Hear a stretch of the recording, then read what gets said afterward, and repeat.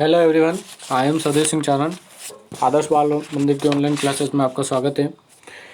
जैसा कि हम पढ़ रहे थे, पहली स्टोरी हमने जो इसकी कंप्लीट की थी उसका नाम है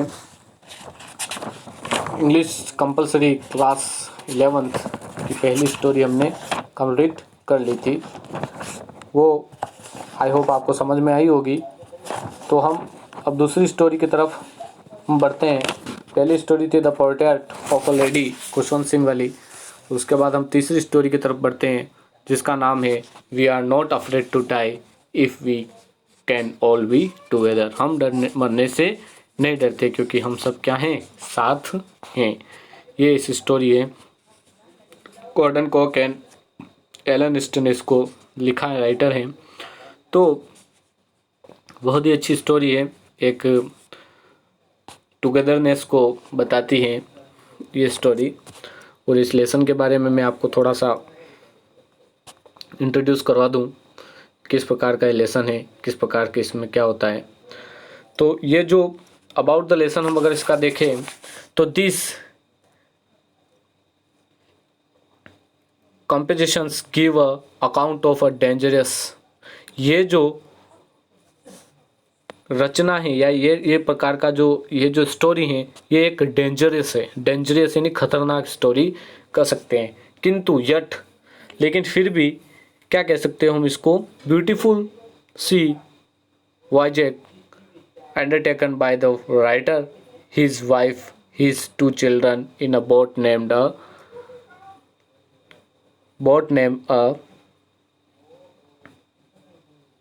वे walker.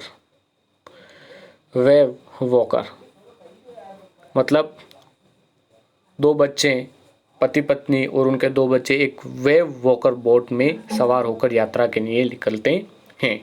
After a lot of troubles, इसके बाद बहुत सारी लॉट ऑफ ट्रबल्स एंड बहुत सारी मुसीबतों का वो सामना करते हैं। They successfully cross a stormy part of the Indian oceans. और वे सक्सेसफुली, स्टॉर्मी यानी तूफानी पार्ट, और इंडियन ओशन का जो तूफान होता है उस पार्ट को वो पार कर लेते हैं। एंड रिच स्मॉल आइलैंड, और एक स्मॉल आइलैंड पर पहुंच जाते हैं जिस आइलैंड का नाम बताया गया है आइल एम्स्टर्म। आइल एम्स्टर्म इस आइलैंड का नाम है। The story project the victory of human moral of the challenge of produced by nature. ये कहानी प्रकृति की चुनौतियों पर मानव के मनोबल की जीत को उजागर करती है कि किस प्रकार से जो हम कह सकते हैं ट्रबल्स जो आती हैं मानव के सामने प्रकृति के द्वारा, उस ट्रबल्स को कैसे वो एक चुनौती के रूप में स्वीकार करते हैं। इस स्टोरी में उसके बारे में बताया गया है कि किस प्रकार मानव के सामने कोई चीज़ चुनौतियाँ आती है और किस प्रकार से उस चुनौतियों को वो स्वीकार करते हैं। तो ओवरऑल एक अच्छी स्टोरी है। इस स्टोरी में हमने देखा है कि किस प्रकार से मानव की चुनौतियों को स्वीकार करते हैं, किस प्रकार से उनको कौन कौन सी वेव वॉकर नाव में वो बैठ कर जाते हैं, किस प्रकार से वेव वॉकर नाव है वो किस प्रकार से उनके सामने चुनौती आई। तो चुनौतियाँ हम जो इसमें देखेंगे, इस स्टोरी में आगे बढ़ेंगे तो हमको पता चलेगा कि इसमें कौन कौन सी चुनौतियाँ उसमें आई है। इसका Gordon Cook and Alan East ने इसको लिखा है। तो इसमें बहुत सारी चुनौतियाँ आई होगी, वो हम इसके विस्तार में इसको पढ़ेंगे तो आपको पता चलेगा। The narrator along with his wife, इसकी समरी हम एक बार देख लेते हैं। Daughter and son decide to make a sea voyage around the world. वो डिसाइड करते हैं कि हम किस प्रकार से कहाँ जाएंगे, समुद्री यात्रा पर जाने का निश्चय करते हैं कि वो किस प्रकार से वॉयज यानी हम कह सकते हैं समुद्री यात्रा। तो he was a 37-year-old businessman. वह एक 37 साल वर्षीय व्यापारी था। लेखक खुद इसमें एक व्यापारी होता है 37 ईयर का, और अपनी पत्नी और अपने बेटों के साथ में कहाँ पर जाता है, समुद्री यात्रा पर जाता है। His son Jonathan was 6-year-old and his daughter Susan was a 7-year-old। उसका बेटा जो 6 ईयर ओल्ड है, और उसकी बेटी 7 ईयर ओल्ड जिसका नाम सुजैन है और बेटे का नाम जॉनथन है। दे prepared themselves for this journey by using their leisure in the sharpening their sailing skill, यानी अपने खाली समय का उपयोग स्वयं को नाव चलाने की कला में क्या करना, निपुण करने के लिए, सेलिंग स्किल को शार्प करने के लिए वो उस यात्रा के लिए तैयार होते हैं, या स्वयं को इस यात्रा के लिए तैयार किया जाता है एक दूसरे को, कि वो क्या होगा, खाली समय था तो वो क्या करेंगे, अपने आप को नाव कैसे चलाना, उसमें अपने आप को, इस स्किल को वो अपने आप को शार्प करना चाहते थे। The first part of their journey passed quite smoothly, यात्रा का जो प्रथम पार्ट है वो आराम से गुजर जाता है। On their way they look with them 2 crewmen named Larry Wiesel, who was American, and Herb Sigler is from Switzerland.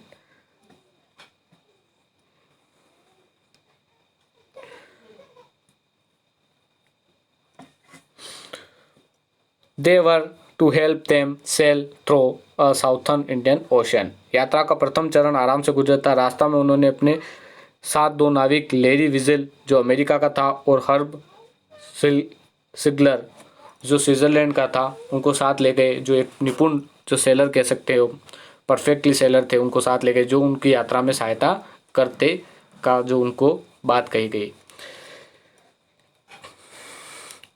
After living Cape Town they began a encounter strong gales, 15 meters high waves worried them.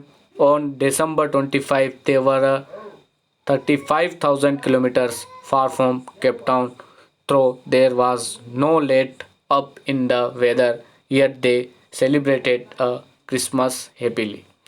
Cape Town छोड़ने के पश्चात वे बहुत तेज हवाओं का सामना करने लगे। 15 metre ऊंची लहरें उन्हें चिंतित कर रही थी। लगभग 15 मीटर ऊंची जो वेव्स होती समुद्र की, वो उनको परेशान कर रही थी। 25 दिसंबर को वे केप टाउन से 3500 किलोमीटर दूर थे। यद्यपि मौसम में कोई सुधार नहीं हुआ, फिर भी उन्होंने खुशी खुशी क्रिसमस का त्यौहार वहाँ पर मनाया था। फिर क्या हुआ, the weather got worse and they made all a preparation to face a calamity. मौसम बिगड़ गया था, विपत्ति का मुकाबला करने के लिए उन्होंने सारी तैयारी कर ली थी।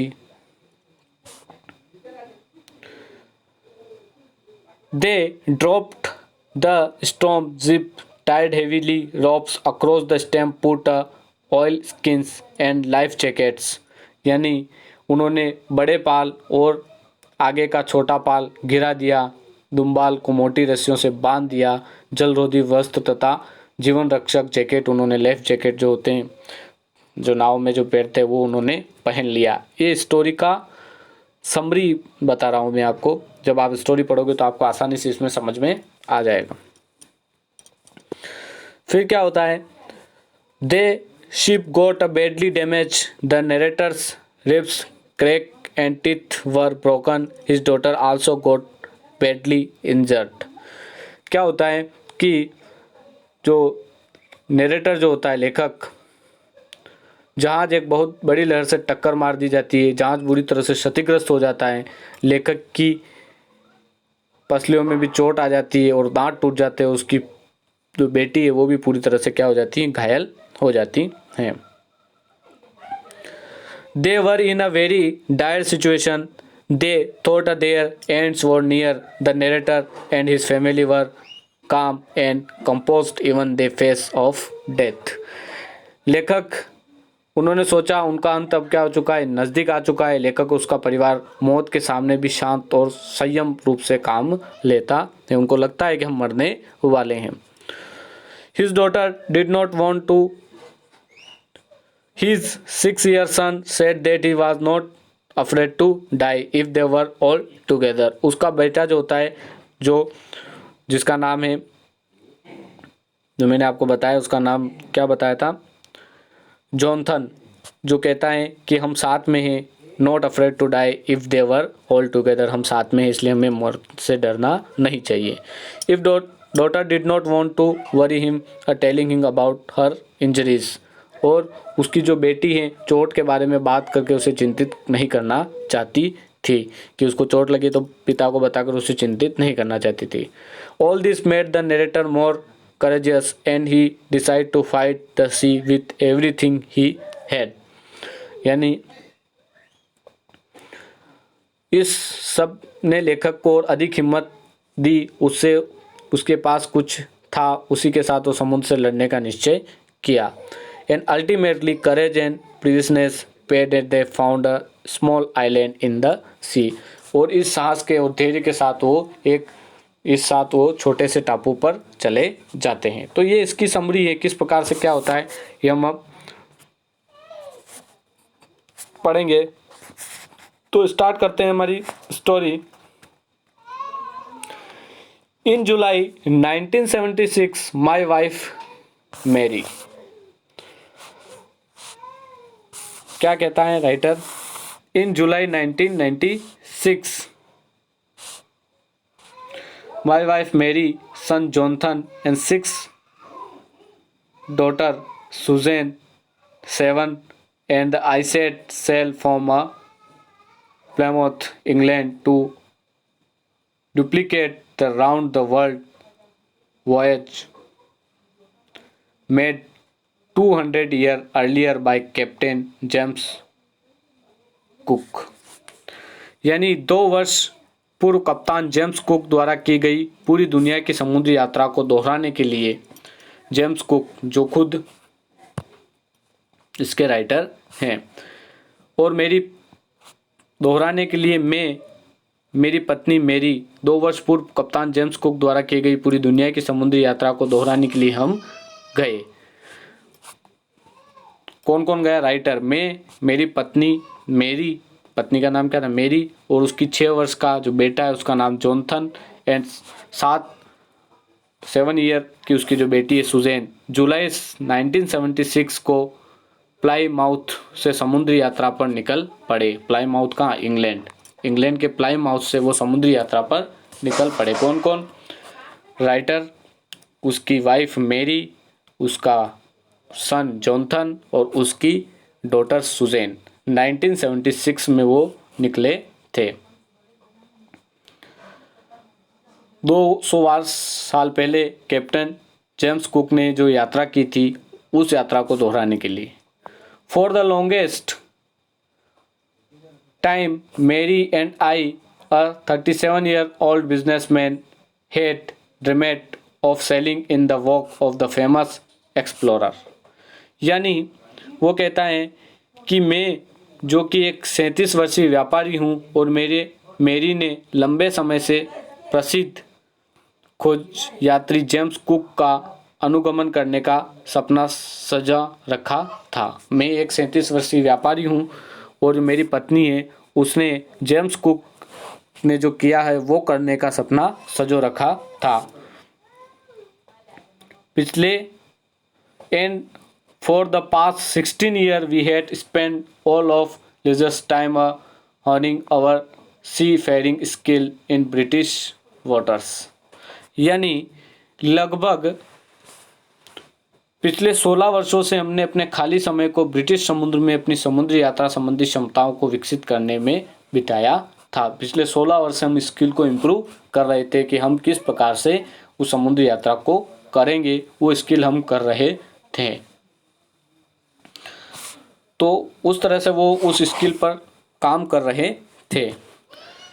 Our boat Wave Walker, a 23 meters 30 tons wooden hulled beauty, had been professionally built, and we had spent months fitting it out of testing it is a roughest weather we could find। यानी उनकी boat जिसका नाम था wave walker को बिल्कुल ही कुशलतापूर्वक बनाया गया था, और हमारी लकड़ी के पेंदे वाली, उसका लकड़ी का पेंदा जो था लगभग 32 टन वजन वाली वो बोट थी, और उसका 23 मीटर लंबी थी और 30 टन उसमें वजन था। उसको नमूने के लिए भी यूज़ किया गया। उसका ख़राब मौसम में परीक्षण करने में हम महीनों बिता चुके थे। उसका ख़राब से ख़राब मौसम में भी उसका परीक्षण किया गया, उसका टेस्टिंग किया गया कि क्या वो उसके लिए चलती है। उसमें भी हमने महीनों बिताए थे। यूँ तो 16 साल वो इस स्किल को सीख रहे थे, लेकिन इसमें भी उन्होंने महीने बिताए थे। द फर्स्ट, तो किस प्रकार से बोट के बारे में बताता है, किस प्रकार से राइटर अपनी वाइफ के बारे में बताता है, वाइफ, उसका सन, उसकी डॉटर किस प्रकार से यात्रा पर निकलते हैं उसके बारे में वो पूरा बताता है। फिर वो कहता है कि उसकी बोट की जो लंबाई है वो 23 मीटर है, उसका जो वेट है वो 30 टन, और वो एक वुडन की बनी हुई है, और उसको टेस्टिंग भी किया गया है। बेट से बेट यानी रफेस्ट वेदर में भी उसको क्या किया गया है, टेस्ट किया गया है। The first leg of our plan 3 years,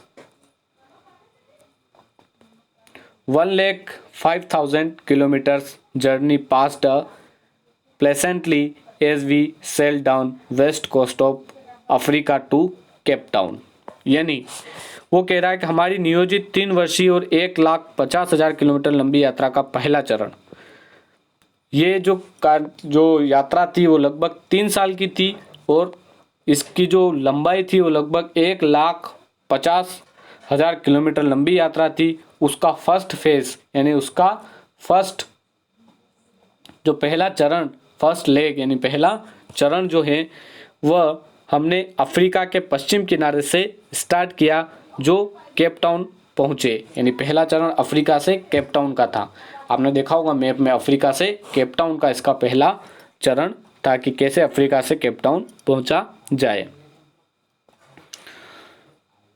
तो इसका फर्स्ट जो फेज था वो मैंने आपको बताया कि कैसे अफ्रीका से केप टाउन के बीच में था, जो लगभग कितना 1,05,000 किलोमीटर जो पूरा लंबा चरण था, जो अफ्रीका से केप टाउन के बीच में था, और ये इसका टेन्योर जो था वो 3 ईयर था।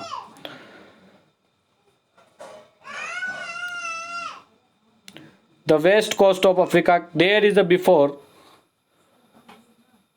Heading east we two 1-2 crewmen, मतलब वहाँ पूर्व की ओर आगे बढ़ने से पहले, यानी मतलब ये केप टाउन तक तो वो पहुंच चुके थे, लेकिन अब पूर्व के से आगे बढ़ने से पहले उनको पता था आगे कुछ समस्या होगी, तो आगे बढ़ने से पहले दुनिया के सबसे खराब सागर दक्षिण हिंद महासागर का सामना करने की में अपनी मदद करने के लिए हमने, अब दुनिया का सबसे खराब सागर कहा जाता है कौन सा,